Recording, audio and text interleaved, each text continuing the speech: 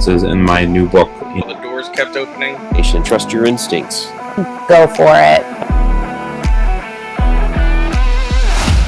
This is crazy, isn't it?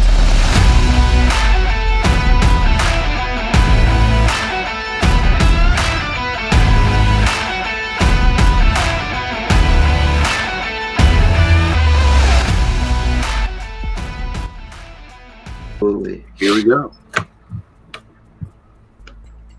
Welcome, everyone, into the abyss. We're going to have Dan go into the abyss here. 13 fast-fire questions about the paranormal. We'll asterisk there. Maybe it's not always about the paranormal. Looks like we'll have to find out. All right. Dan, are you ready? Yeah. All right. Let me see if I can pop. Ooh. All right, Dan. Let's rock and roll. Ready for this? Yeah, let's do it. All right. 13 questions, starting with number 1. What got you first involved in the paranormal?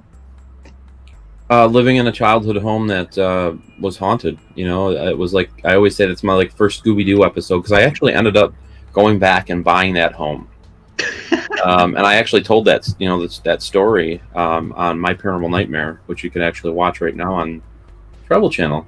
But yeah, I mean, I got interested in it. I ended up researching the house, and then I ended up getting on a team, putting a team together to start exploring more, because I wanted more after I figured out my location that I lived in my whole life. So just buying all the haunted locations. All right. Yeah.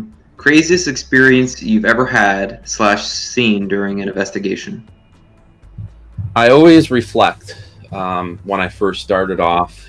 When somebody asked me this question, I was at a theater. It was called the Riviera Theater. It was in North Tonawanda, New York. Mm-hmm. And we had the whole place to ourselves. I mean, we were doing some reenactments on the stage, trying to see if the energies would come onto the stage to bow. So we were in the audience clapping. We're like, bow left, bow, and had K2 meters on the stage. While they were doing that, I just kind of, you ever go to a location and you just want to get away and go be alone? So at the time we had up in the mezzanine, we had some equipment set up. We had a camera rolling. We had the laser, all the typical equipment that a team would set up, trying to see if we could capture anything on the camera. And I just went up to the mezzanine, and there was a baby grand piano there, and sitting there. And off to the left, there was this little organ, and I had this black mass. I get chills thinking about it to this day. But this black mass kind of emerged from the organ and started gliding towards me. And the laser was not penetrating this thing, so that it had to have some type of mass to it. And it glided in front of me. And I just, you know how sometimes you just take like a breath and then you stop breathing? And I had the goosebumps up my arm, and then it glided into the projecting room. And, and this is what I was after. I mean, I was there to see this. This is what I wanted. I wanted to see this with my own eyes. And I got so scared that I ended up running down the stairs out to the middle of the street and left the building for at least, it was like a half hour, 45 minutes before I could even think about going back in the building. And then my team ran out and asked me what happened. And they're trying to film me and trying to get my reactions, what happened. And I'm like, Louis, who did a lot of photography work for our team, I'm like, get in there.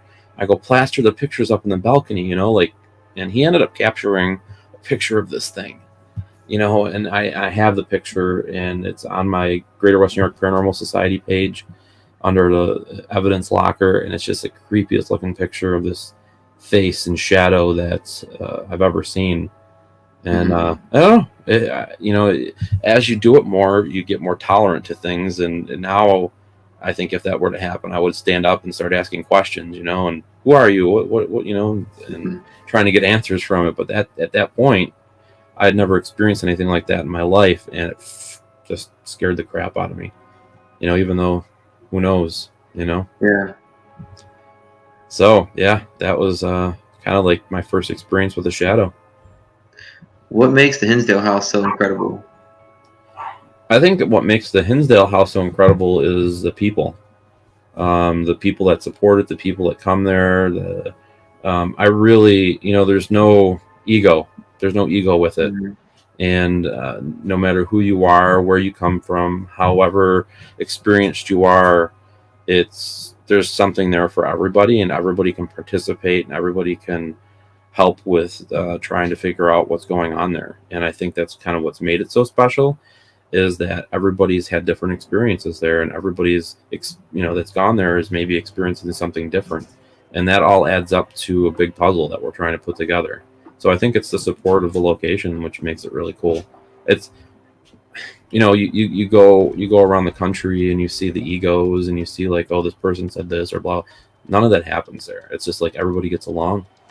When you talk about the Hinsdale house, it's peaceful, and it's a paranormal thing. You could have your story, this guy could have his story, and they talk about it, and it's like great, and then you shake hands and move on. It's like really cool. That's what I like. It brings people together. What's the location that you've been to that had the most negative energy? Oh, there was this. It's an old German club, and it's been there through all the wars. It's in Buffalo. It's on Genesee Street, and we were in the basement, and the negative energy that I felt there, the audibles that I was hearing with my own ears, the psychics that I were with that were saying, we need to get out of here, we need to leave. You just had that really dreary, eerie feeling in the basement of this building. It's still yet to be explored more. I mean, there's probably a lot of unanswered questions with this place that's been around since the turn of the century. So, I mean, it was probably the most uneasy feeling I've ever had investigating when I was there. Local place. Mm-hmm. All right, Dan, let's talk hats. They are best worn sideways, front, or back? Hats? Well, I guess it depends on the type of hat. So if you have like a beret, most of the time I like to put those forward, but sometimes I do them backwards too. Uh-huh. I'd say like 50-50 frontwards, backwards. But never sideways. I don't do the sideways thing. I understand. What's the craziest paranormal thing that's ever happened at your own house? In my old house? Any house that you actually live in. I mean, I haven't really, the new house that I have here, I haven't really experienced anything, but the house that I grew up in, we had a ton of stuff happening. My sister told the story about how my dad we'd installed a pool out in the backyard, and he hadn't installed any electrical outside to run the filter yet, so we were running an extension cord from the pool filter to the basement of our house. And my sister had gotten out of the pool. My mom had asked her to plug the pool filter in when she got in, and my mom was on the deck. Nobody else was there. When she plugged the pool filter or the cord into the plug, she started getting electrocuted, and she couldn't let go of the plug. And she said she felt something pull her off of there. And then it's a crazy stuff like that. Like I said, I never felt anything negative in that house, but weird things happen. Like my sister's stuffed animals get moved. That creepy, eerie feeling. You hear the steps moving, like somebody's walking on the steps, but nobody's there. Crayon drawings on the ceilings, things moving around that are unexplainable. So it was looking back at it, man, if I only knew what I knew now, Mm-hmm. So it's coming up on Halloween. What's your favorite scary movie / TV show? Man, I'm a sucker for like all the old like Friday the 13th, Nightmare on Elm Street. I was just watching that the other night. It's cool, put you in the mood of Halloween, all the old classics and stuff. So I could sit and watch them if I had the time. Gotcha. I did get to watch some Michael Myers a couple days ago. It was pretty cool. And the Peanuts, as a child, always watching that you have to watch on Apple TV now. If you don't have Apple TV, you're screwed.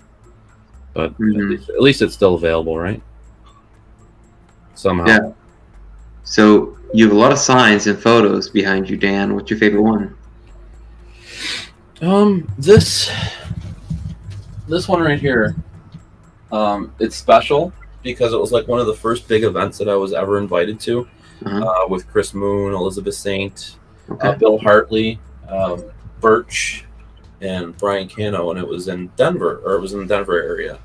So it was very meaningful to me to be able to go there and talk with people and meet people, and that's kind of like the start of my whole speaking career and going to events and stuff like that. So, Okay. We know you've been so busy, but if you had a free weekend, Dan, what would you do with it? I like the outdoors. I like fishing. I like hiking. Outdoor stuff, probably. Go shoot my guns. Hmm. Find a range, How do you grow such a magnificent paranormal beard? Me? Yeah. Well, it took a while. I did have a lot of spotchiness to it and stuff like that, but it just eventually all started coming in real good, in my 30s, and here we are today. Just got to trim it right. Out of all the states in America, what's the most haunted state? The most haunted state. Ohio. I mean, there's so many contenders. Hmm. Maybe Pennsylvania? Gotcha. Maybe. That's a good answer. What's a location you've never been to but always wanted to go? I mean, I've never been overseas, so I mean, I'd love to go to Ireland, England. I'd love to go to France and go to the catacombs. Would be one of the places I would love to go and just be able to put a recorder down and a K2 meter. So yeah, I think Europe for sure. And number 13. Besides your senses, what's your favorite 3 pieces of paranormal equipment to use? I usually will have a K2 meter with me, a good recorder. And I wouldn't say this probably when I first started off, but I say it now. Having a psychic with me that I trust and I believe in, it helps me. I feel like if it's somebody that you can trust in and you know that their abilities is really good, having a psychic at a location with you can really help take away some of the time of wandering the whole place, especially if it's a big place, if they can pinpoint an area or a hot spot in the location to investigate. I've seen that help wonders for me being at a location. And the last one? Is it having a person allowed? Yeah, sure. Okay, cool. Yeah, sure. And what's the 3rd piece of equipment? Recorder and a K2 meter. Okay. My recommendation would have been to grab Jeff Fent, and during the investigation, have him whip up a fresh box. Yeah. Just so 3 a.m. rolls around, we can do a nice, good session with a fresh box. Nothing like a fresh box. Hey, thank you so much for watching the video. You can see the full podcast by searching on Facebook, Our Paranormal Podcast, all brought to you by RU Media. This paranormal adventure that we're all on, it connects us. This is our paranormal community.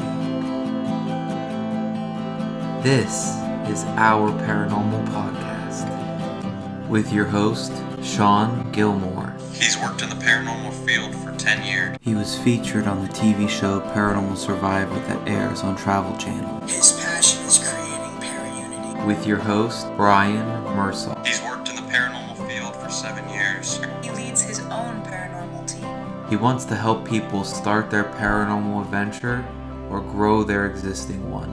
This is our paranormal adventure. This is our paranormal community. This is our paranormal podcast. It's about supporting. It's about making para-unity a real thing, because we all need to support each other within our community, and that's what the show has always been about.